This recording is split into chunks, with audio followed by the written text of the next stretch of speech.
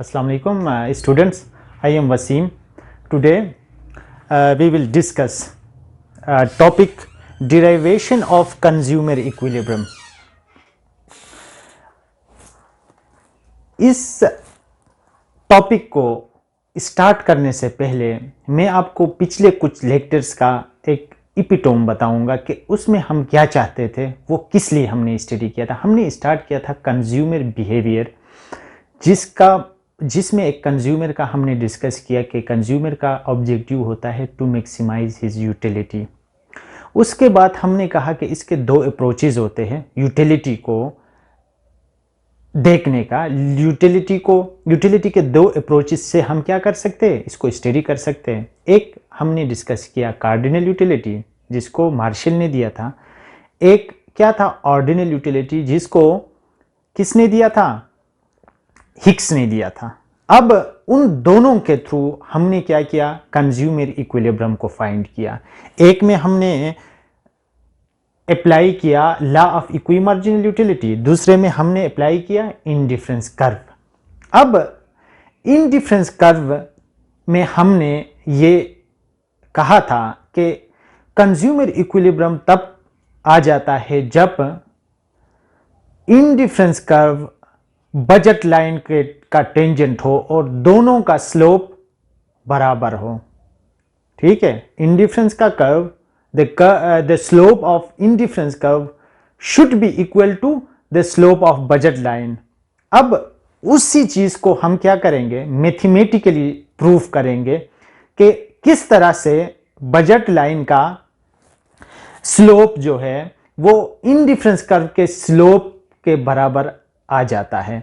Let start right now. अच्छा, हम क्या करेंगे, कंज्यूमर इक्विलिब्रियम को पहले हम विदाउट कंस्ट्रेंट करेंगे। क्या करेंगे, विदाउट कंस्ट्रेंट हम उसको डिस्कस करेंगे।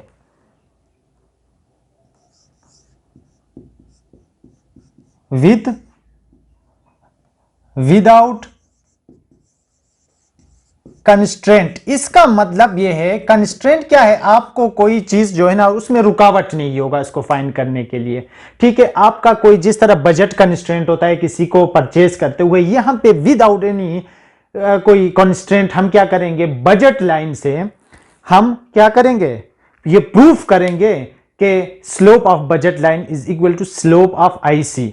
ठीक है, उसके लिए हम बजट लाइन को मैथमेटिकली कैसे लिखते हैं, budget line which is equal to, मैं लिख रहा हूं बजट लाइन का क्या है mathematical form, P1 x1 plus P2 x2।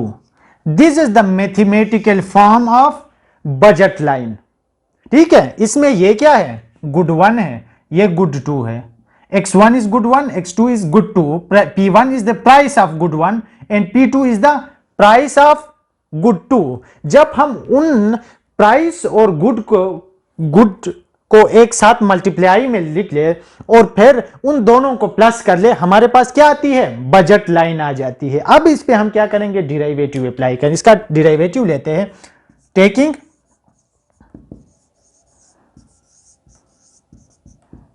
Derivative में आपको बताता चलूं कि हम क्या करते हैं, रेट ऑफ चेंज फाइंड करने के लिए अप्लाई करते हैं। डिराइवेटिव इसमें किस तरह से अप्लाई होगा, d बाई dx ऑफ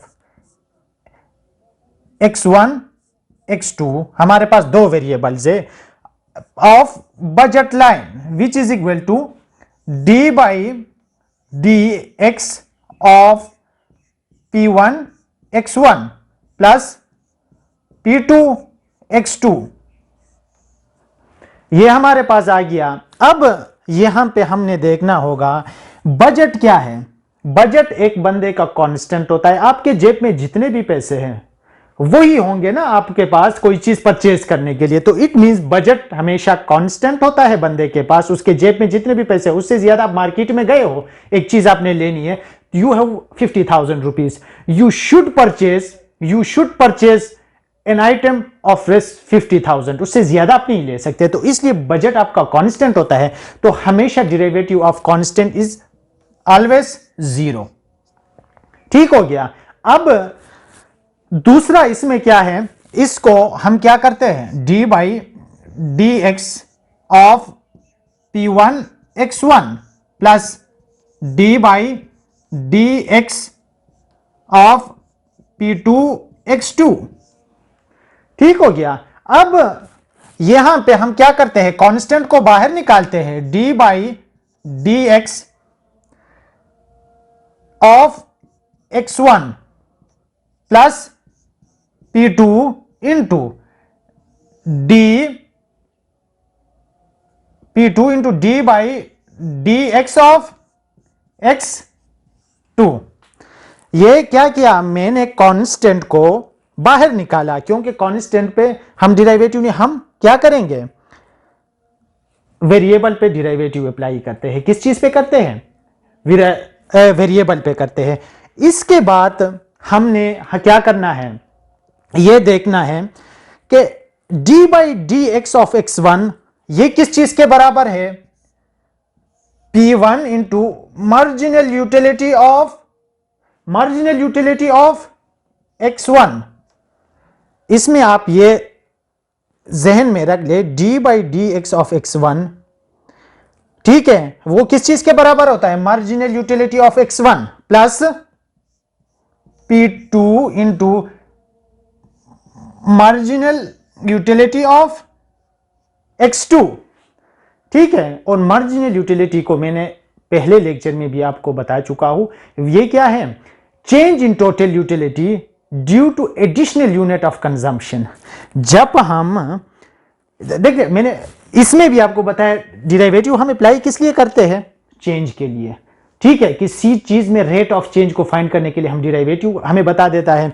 तो मार्जिनल यूटिलिटी क्या है, rate of change of total utility due to 1 unit consumption, extra unit consumption.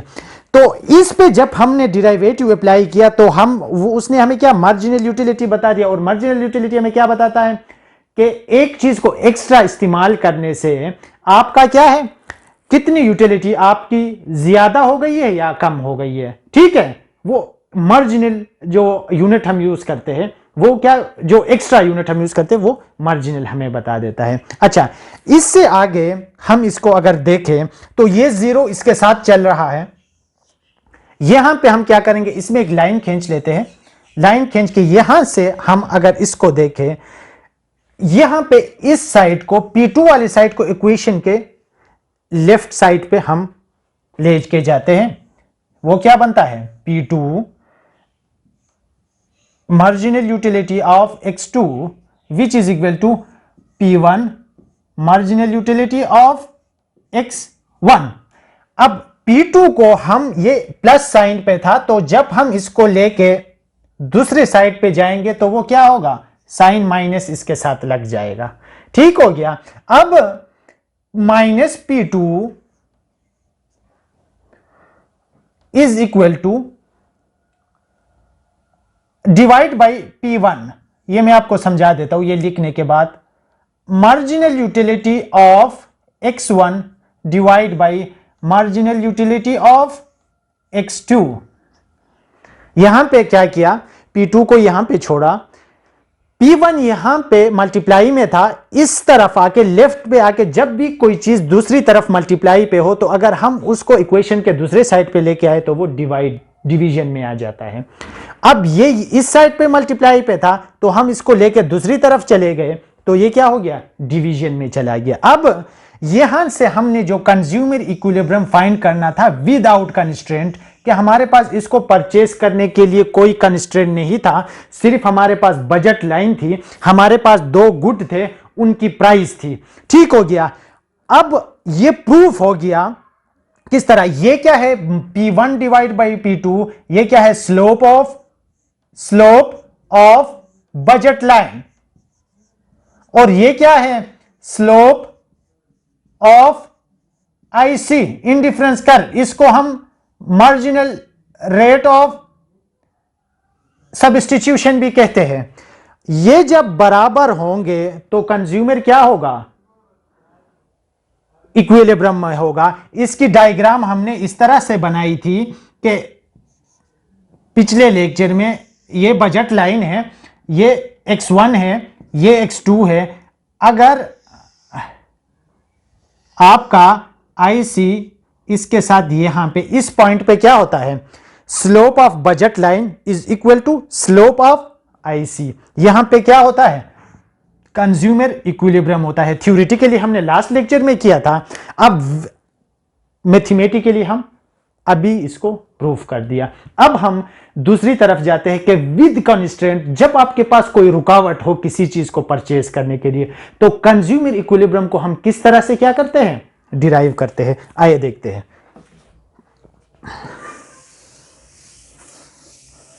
ये विद आउट को हम हटा देते हैं। Derivation of consumer equilibrium with constraint. आपके पास यहां पे कॉन्स्ट्रेंट है, ठीक है। कॉन्स्ट्रेंट क्या है वो हम देखते हैं।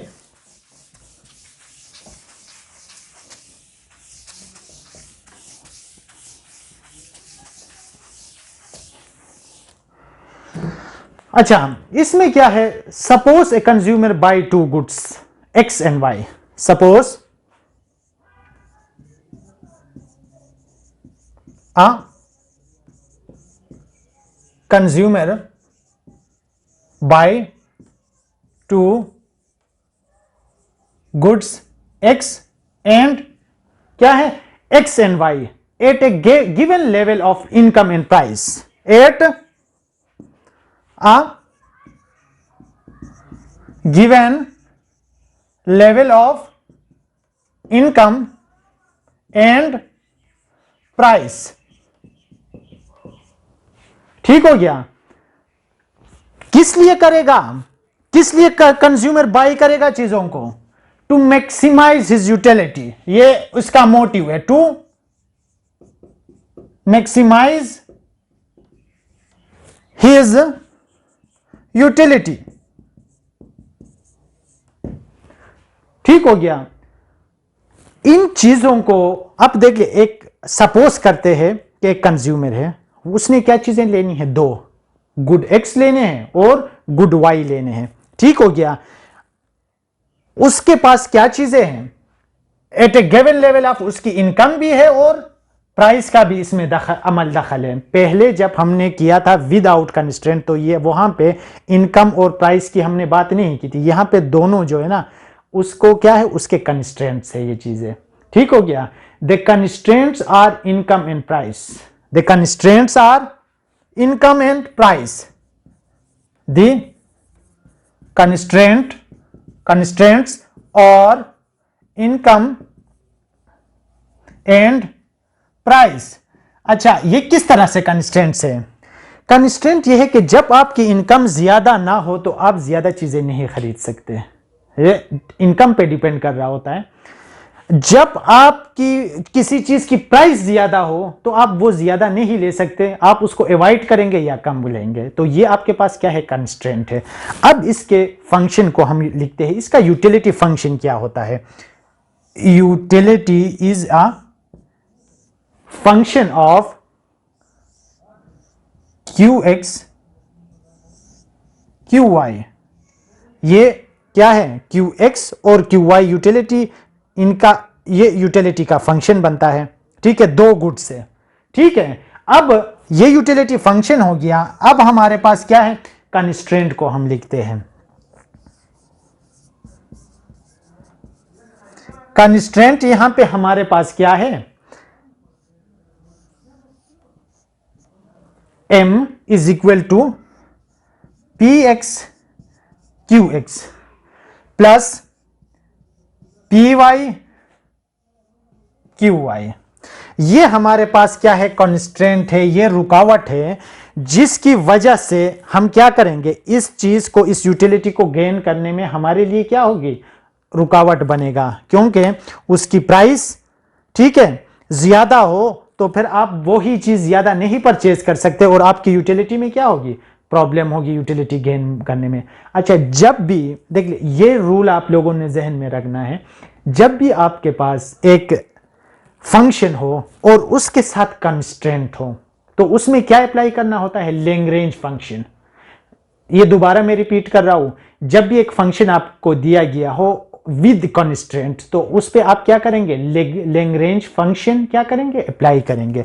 इसको साफ करके हम लैग्रेंज फंक्शन इसमें क्या करते हैं, अप्लाई करते हैं। ये फिलहाल के लिए छोड़ देते हैं। Applying Lagrange function, applying Lagrange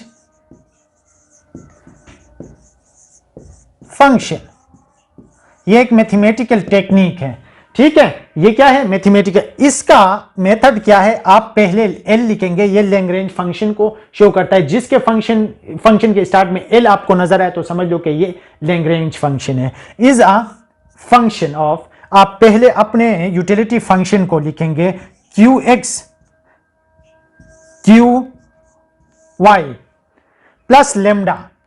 ये लेमडा क्या है, ये लैग्रेंज फंक्शन का पार्ट है। Lagrange function is a function of, ठीक है, फंक्शन ऑफ आपका बेसिक जो फंक्शन है वो प्लस लेमडा इनटू, अब आप क्या करेंगे, कंस्ट्रेंट को लिखेंगे। अब इस कंस्ट्रेंट को लिखने का क्या है, तरीका क्या है इसमें, इसको अगर हम यहां पे लिखना चाहे ऐसा भी लिख सकते हैं, minus P X Q X minus P Y Q Y. अपने आसानी के लिए हम ये राइट साइड का जो पार्ट है इसको लेफ्ट साइड में लेके आते हैं, तो इसमें दोनों पॉजिटिव साइन क्या बनते हैं, नेगेटिव साइन बनते हैं। तो यही फॉर्म हम लैग्रेंज फंक्शन के साथ क्या करेंगे, लिखेंगे। तो ये क्या होगा, m minus P X Q X minus P Y Q Y. Done हो गया। अब इसको साफ कर देते हैं। लैग्रेंज फंक्शन हमने क्या किया, लिख लिया। लैग्रेंज फंक्शन का फॉर्म हमने, इसका स्ट्रक्चर हमने तैयार कर दिया, मॉडल हमारे पास बन गया। अब क्या करना है, अप्लाइंग पार्शियल डेरिवेटिव। जब लैग्रेंज फंक्शन हो तो उसमें हमें पार्शियल डेरिवेटिव अप्लाई होता है। अप्लाइंग क्या है, पार्शियल डेरिवेटिव।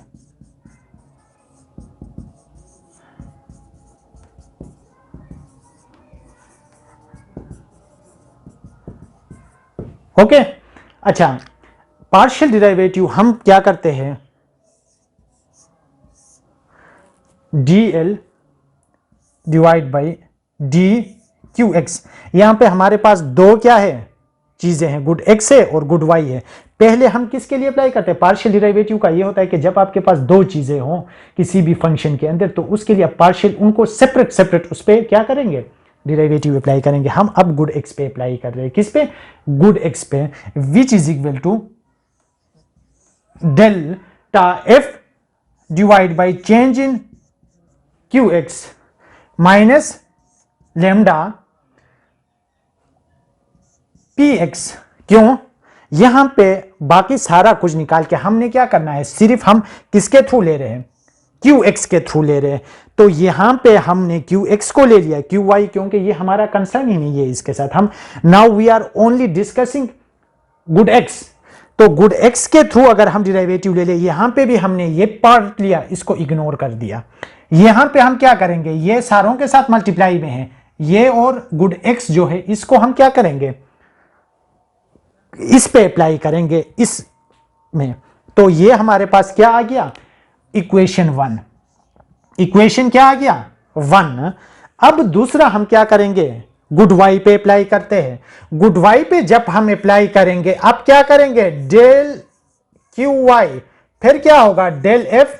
इस साइड को हम क्या करेंगे, इग्नोर करके डेल क्यू वाई इस पे कर दिया, minus lambda P Y.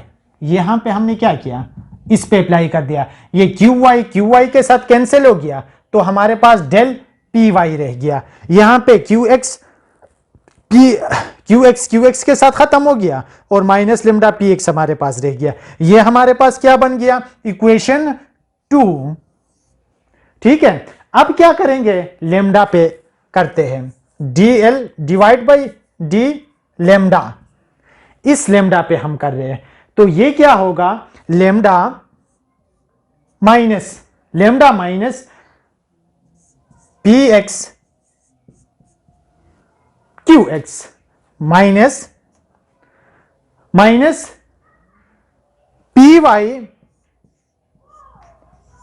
Q Y, देख ले हम लेमडा पे कर रहे थे, लेमडा इस ओवरऑल इक्वेशन के साथ है, यहां पे लेमडा नहीं है, इसको हमने क्या करना है, यूटिलिटी फंक्शन को हमने इग्नोर करना है, क्योंकि we are applying derivative with respect to lambda. Lambda में ये तो कांस्टेंट है, 0 हो गया, ठीक है। अच्छा, इसको हम फिर ये जो 2 है P X Q X lambda के साथ, लेमडा यहां पे आ गया, P X Q X minus P Y Q Y, ये हमारे पास क्या है, इक्वेशन 3 है, ठीक है।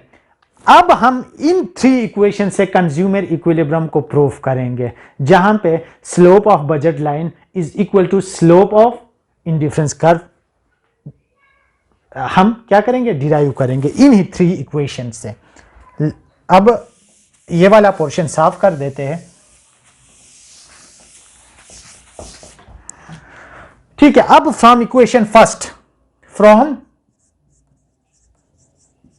इक्वेशन 1, इक्वेशन 1 से हमने क्या करना है, D F divide by D Q X divide by, ठीक है, P X which is equal to lambda. क्या किया, ये हमारे पास ऑलरेडी था, ठीक है, इसको हम इक्वेशन के दूसरी तरफ लेके गए, एक इक्वेशन बन गया, फिर पी एक्स को यहां से लेके ये इक्वेशन के दूसरी तरफ ले जाने से ये लेमडा प्लस हो गया। अब यहां से हम पी एक्स को रोटेट करके यहां पे जब लेके आए, यहां पे मल्टीप्लिकेशन पे था, यहां पे डिवीजन पे आ गया, ये हमारे पास क्या है, इक्वेशन 4 है। ये इससे हमने क्या किया, डिराइव किया। अब इसको साफ करके हम इक्वेशन 2 से देखते हैं, इक्वेशन 2 से हम क्या करेंगे, from equation 2, from equation 2, equation 2 में क्या होगा, D F divide by D Q Y divide by P Y which is equal to lambda, ये हमारे पास क्या है, इक्वेशन 5। सेम प्रोसेस जैसे पहले किया था, इसको यहां पे हमने क्या किया, लेट से ये इक्वेशन हमने बना दिया, तो इक्वेशन से जब ये दूसरी तरफ चला गया तो माइनस क्या हो गया, माइनस से दूसरी तरफ जाके प्लस लेमडा पी वाई हो गया। अब इसको यहां पे भी हमने पी वाई के साथ डिवाइड किया, यहां पे भी पी वाई के साथ डिवाइड किया, पी वाई के साथ खत्म हो गया लेमडा, और ये इक्वेशन हमने यहां पे क्या किया, लिख दिया। अब इक्वेशन 5 हमारे पास आ गया, क्या आ गया, हमारे पास इक्वेशन 5 आ गया। अब इक्वेशन 5 और 6 को अगर हम देख लें, दोनों क्या है, लेमडा के बराबर है। Equation 5 and 6 are equal to equation 4 and 5 is equal to lambda. तो इट मींस इससे हम ये लिख सकते हैं, lambda is equal to D F divide by D Q X divide by P X which is equal to delta f dqy divide by P Y, ठीक है। अब हमने पहले भी, हमें मालूम है ये और ये किस चीज के बराबर है, ये किस चीज से, मार्जिनल यूटिलिटी ऑफ x और मार्जिनल यूटिलिटी ऑफ y के बराबर है। Delta f divide by change in the function, original function due to change in quantity of x, ठीक है, ये क्या है, marginal utility of x divide by P X, और ये किस चीज के बराबर है, marginal utility of y divide by P Y. ये इक्वेशन हमारे पास आ गया, ठीक है। अब इसको हम कैसे लिख सकते हैं, दूसरा हमारे पास क्या है, marginal utility of x divide by marginal utility of y which is equal to P X divide by P Y. हमारा जो मोटिव था, जिसमें हम कह रहे थे कि हमने स्लोप ऑफ बजट लाइन को स्लोप ऑफ आईसी कर्व के बराबर लेके आना है, वहां पे कंज्यूमर इक्विलिब्रियम होता है, तो वो हमने यहाँ पे फाइंड कर लिया। ये किस चीज के बराबर है, marginal utility of X divide by marginal utility of Y, ठीक हो। ये स्लोप ऑफ आईसी है, इंडिफरेंस कर्व, इसको हम एमआरएस भी कहते हैं। ये किस चीज के बराबर है, स्लोप ऑफ बजट लाइन। तो ये स्टार्ट में हमने कहा था कि जब slope of IC is equal to slope of budget line हो, दोनों बराबर हो, तो कंज्यूमर क्या होता है, इक्विलिब्रियम अटेन कर लेता है। इसकी डायग्राम में दोबारा बना देता हूं, यही डायग्राम इसकी बनती है कि ये ठीक है, ये एक्स है, ये वाई है। यहां पे जो है ना slope of IC is equal to slope of budget line है इस पॉइंट पे। यहां पे कंज्यूमर क्या होता है, इक्विलिब्रियम पे होता है, उसकी यूटिलिटी मैक्सिमम होती है। ठीक है, इसको क्या किया हमने, मैथमेटिकली कंज्यूमर इक्विलिब्रियम को दो तरीकों से हमने क्या किया आज के लेक्चर में डिराइव किया। एक क्या था हमारे पास, विदाउट कंस्ट्रेंट, विदाउट कंस्ट्रेंट था, दूसरा हमारे पास विद कंस्ट्रेंट था। दोनों से हमने क्या किया, ये प्रूफ कर दिया कि marginal utility slope of budget line is equal to slope of indifference curve. आज के लिए इतना ही काफी है। अल्लाह हाफिज।